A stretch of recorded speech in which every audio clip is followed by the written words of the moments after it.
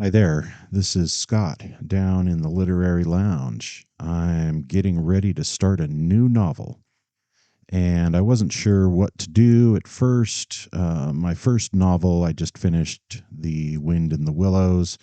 I chose that one just because it was a novel that I'd read before several times to my family when my kids were younger, and I was pretty familiar with it. And as I was just kind of trying to figure out how this whole podcasting process works and the recording and the editing and all of that, I thought it would be nice to start with a book that I was familiar with. But I don't want to continue reading books that I've already read. I want to read new things that I've not read yet. And so I was kind of casting around trying to think what might be a good book to start with. And I realized that there was another book that I had started reading but didn't finish, The Magnificent Ambersons, that I really enjoyed a lot. And I thought, oh, I'd like to read that one. So I looked and I realized that that was the Pulitzer Prize winner in 1919, and that it was the second book on that list of prize winning novels. And so I thought, well, I should just start at the beginning of that list and then I'll get to Magnificent Amberson soon enough. So actually, I'm going to be starting with the first book on that list, which is His Family by Ernest Poole. Just a little bit about Pulitzer Prizes for a second before I get into some info about the novel. The novel category was started in 1917, and the first actual award was given in 1918. And then that continued until 1947, and then they changed the name of the category from novel to fiction in 1948, and then that continues through the present.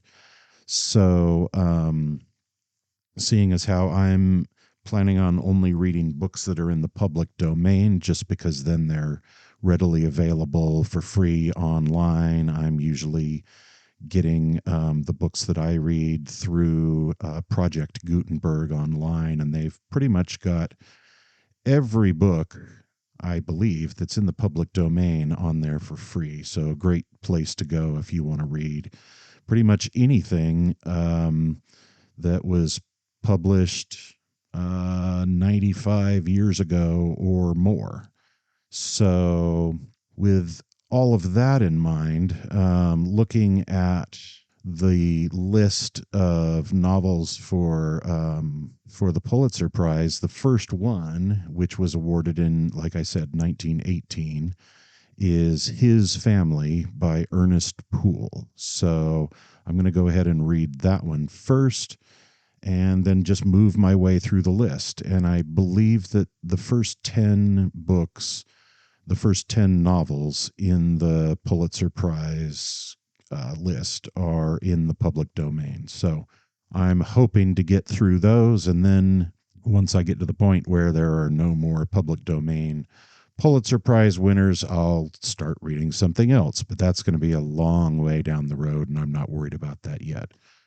Anyway, a little info about Ernest Poole. He was born January 23rd, 1880, and died January 10th, 1950. I'm just reading a couple of things here from Wikipedia. It says he was an American journalist, novelist, and playwright. He is best remembered for his sympathetic first-hand reportage of revolutionary Russia during and immediately after the Revolution of 1905 and the Revolution of 1917, and as a popular writer of proletarian-tinged fiction during the era of World War I and the 1920s. So he's actually best known for his first novel, which was called The Harbor, that was published in 1915. And it's believed that he might have been given the Pulitzer Prize for his second novel, The Family, kind of on behalf or in conjunction with that first novel, The Harbor, because I think that one is generally considered to be slightly better, some people think, than the second novel, the one that I'm going to read, His Family. But the prize was not in effect. It wasn't happening yet when the first novel came out. So um, his second novel is considered very, very good and worthy of the award, but apparently also maybe he was also remembered for his other novel, and that also helped him get the award in 1918. Let's see. The Harbor is a work. Let's see. It's set largely among the proletariat of the industrial Brooklyn waterfront, and this is according to Goodreads. It says it's sympathetic with socialism and is considered one of the first American fictional works to present a positive opinion of trade unions. Also, Goodreads says he graduated from Princeton University in 1902 and worked as a journalist and was active in promoting social reforms, including the ending of child labor. He was a correspondent for the Saturday Evening Post in Europe before and during World War One.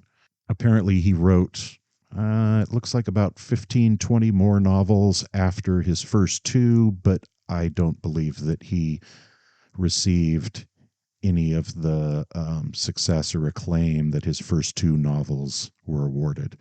Anyway, I'm going to go ahead and end this little intro, and then I'll start a new podcast with the actual first chapter of His Family. All right, here we go.